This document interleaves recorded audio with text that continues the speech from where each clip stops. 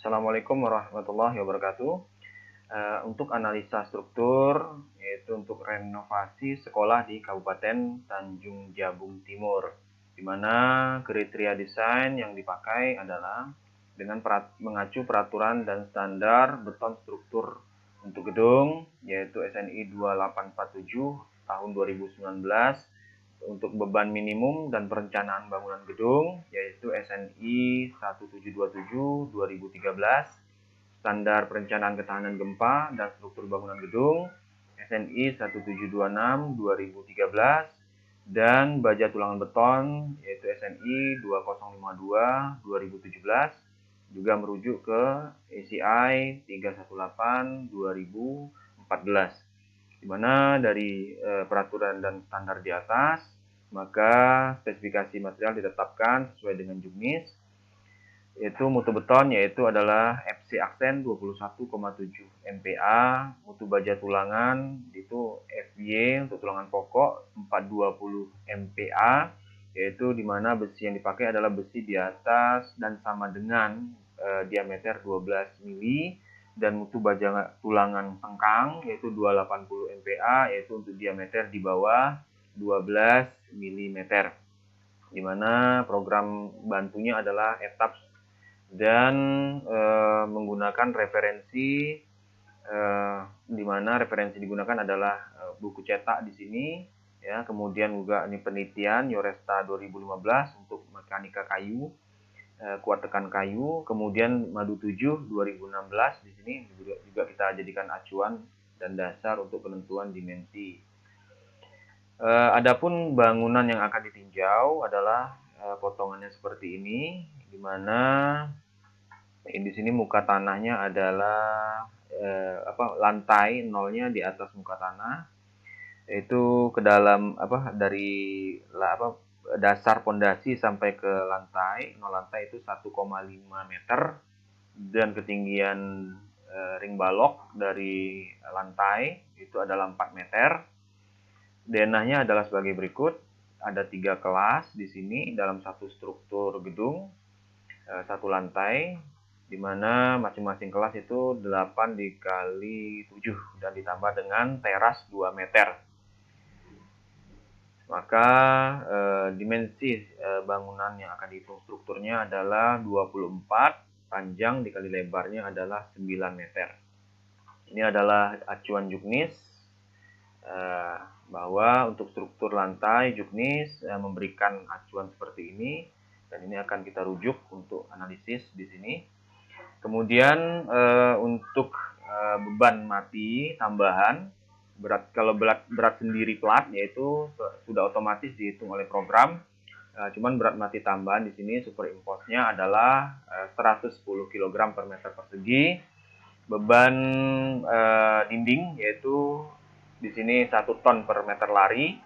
Kemudian kalau untuk atap, di sini per meter persegi atapnya adalah 25 kg per meter persegi beban matinya, atau 0,025 ton per meter persegi. Plafonnya adalah 0,018 ton per meter persegi, sehingga apabila dijumlahkan maka beban untuk atap dan plafon yaitu 0,043 ton per meter persegi. Dan apabila disebar ke ring balok, maka ada di sini perbedaan karena perbedaan letak saja, letak daripada kuda-kuda. Maka untuk ring balok belakang yaitu di sini lebih berat, ya, itu per meter larinya adalah 0,264 ton per meter lari. Untuk ring balok depan yaitu 0,235 ton per meter lari, dan untuk beban ring balok teras 0,11 ton per meter lari yang akan nanti diberikan secara merata di ring balok. Kemudian untuk beban hidup sekolah yaitu berdasarkan SNI 2013 untuk beban minimum, bahwa ruang kelas itu bebannya adalah 1,92 kN per meter persegi, atau bila dijadikan kilogram maka 192 kg, lebih kurang 192 kg per meter persegi. Hanya saja di sini digenapkan ke atas, yaitu sebesar 200 kg per meter persegi atau 0,2 ton per meter persegi untuk beban sekolah, beban hidup sekolah. Untuk beban atap yaitu disebar ke ring balok sebesar 100 kg per meter lari. Kemudian untuk kombinasi pembebanan ya yang di input ke atap adalah sebagai berikut. Kemudian untuk plat lantai ini secara otomatis akan dihitung oleh program, yaitu tebalnya 12 cm. Kemudian beban mati lantai yaitu 100, beban mati tambahan tadi adalah 110 kg per meter persegi, dan beban hidup daripada lantai yaitu 200 kg per meter persegi. Kemudian beban hidup untuk ring balok ya yang disebar ke semua ring balok yaitu 0,1 ton per meter lari. Kemudian atau 100 kg per meter lari ya. Kemudian kalau untuk beban mati tambahan yaitu untuk dinding ini 1 ton per meter lari atau 1 ton per meter lari ya. Kemudian ini 0,264 untuk yang kuda-kuda belakang, ring balok tengah ini 0,235 ton, dan untuk yang teras depan ya ini 0,11 ton per meter lari. Ini adalah respon spektrum untuk perhitungan gempa, di mana setelah dianalisis ya di run, maka didapat reaksi perletakan untuk fondasi demikian ya. Ini adalah bagian depan atau teras, ini adalah bagian tengah, ini adalah bagian belakang, di mana di sini diperoleh untuk reaksi perletakan interior di bagian tengah di sini sebenarnya bervariasi. Hanya di sini ada nilai maksimal yaitu yang dilalui oleh dinding partisi. Ya, dilalui oleh dinding partisi itu sebesar 14,86. Yang tidak dilalui dinding partisi dia lebih kecil. Yang untuk interiornya itu kisaran 11,32 sampai 10,84. Ya, kemudian untuk teras di sini paling besar yaitu 3,68 ton, dan untuk bagian belakang yaitu yang juga dia dilalui atau pertemuan dinding partisi dengan dinding belakang yaitu 10,65 ton. Ini adalah yang sudah kita rumuskan yang maksimal ya, maksimal bebanan untuk yang di interior, eksterior, dan di teras.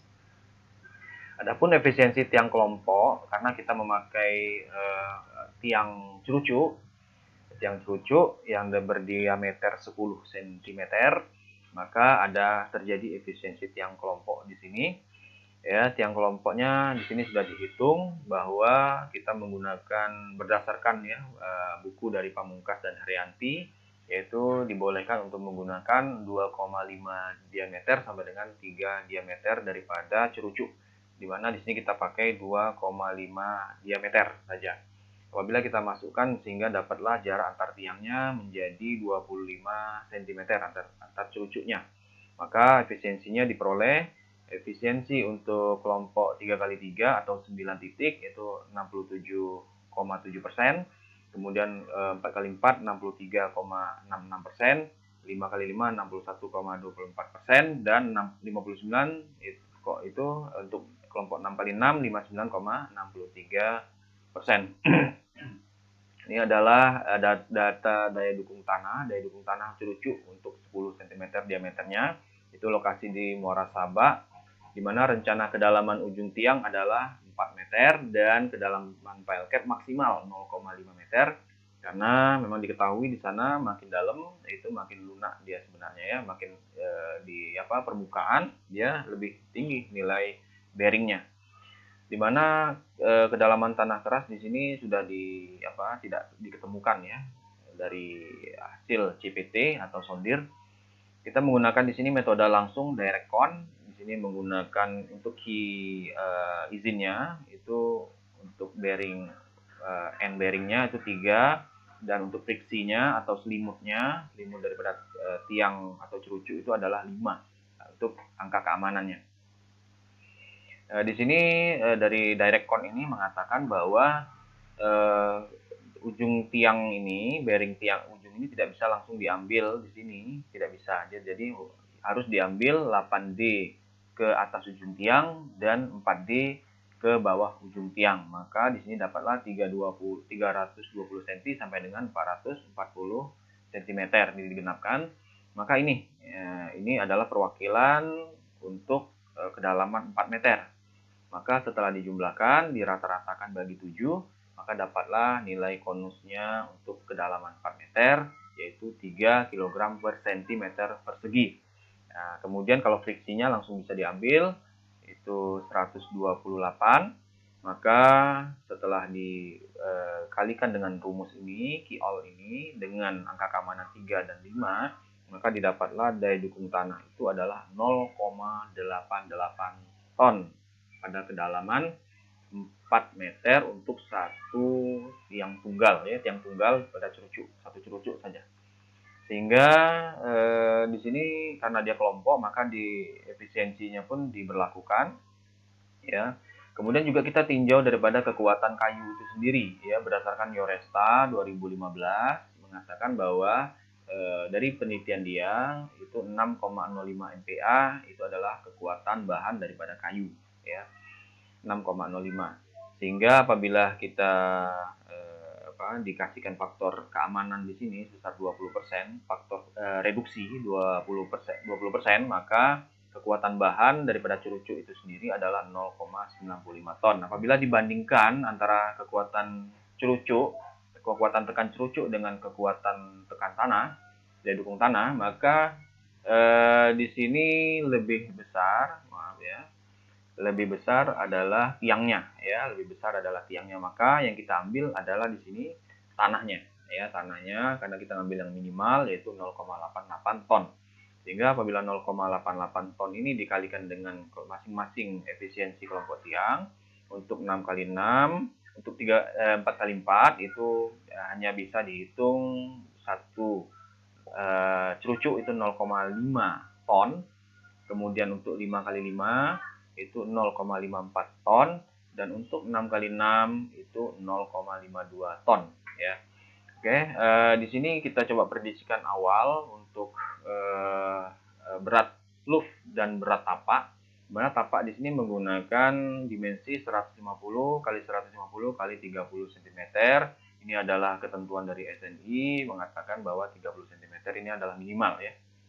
Minimal ketebalan, di mana di sini didapatlah berat satu tapak daripada pondasi itu adalah 1,62 ton, dan kemudian berat balok sloof yang kita asumsikan ada itu adalah 0,5 ton, walaupun di akhir perhitungan sloof tidak diperlukan. Tetap di sini lebih besar daripada beban, ya.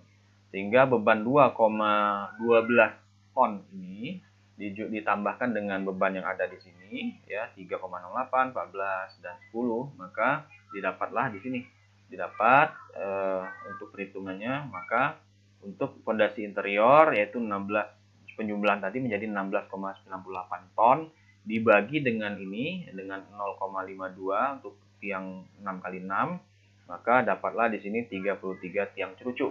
Nah, sehingga kita jadikan dia 6 kali 6 saja untuk jarak antar cerucuk 25 cm, sehingga jumlah titiknya adalah 36, maka dia ada nilai plusnya, ya. Kemudian di sini apabila dijumlahkan dengan ini tadi 12,2 ton tadi, maka dapatlah 12,77, itu 0,50 dibagi 0,54, ya, maka dapatlah di sini 24 tiang. Kemudian 5,8 untuk teras dibagi dengan 0,56, ya, 4 kali 4 untuk kelompok tiang 4 kali 4 berjumlah 16. Maka di sini 11 tiang cuman kita jadikan dia 16 tiang titik cucuk, ya. Sehingga dia di sini kekuatannya ada kekuatan lebih di situ, ya. Oke, di sini kita sudah hitung gaya dalamnya, didapat itu seperti itu, ya, tampilan gaya dalam, momennya, tampilan gaya dalam share-nya, ya. Sudah kita, kemudian juga sudah ditampilkan di sini untuk pembesian, ya. Di sini sudah ada pembesiannya. Kemudian langsung kita kesimpulan, ya, ini untuk plat, ya, untuk plat lantai sudah dihitung juga. Kemudian langsung kepada kesimpulan bahwa setelah dihitung maka balok itu dipakai balok 20-30 di sini, ya, 20-30. Di sini adalah ditentukan tebal selimut adalah 4 cm Kemudian kolom di sini karena 25 di sini menggunakan besi 1% ya, 1% yaitu 8 di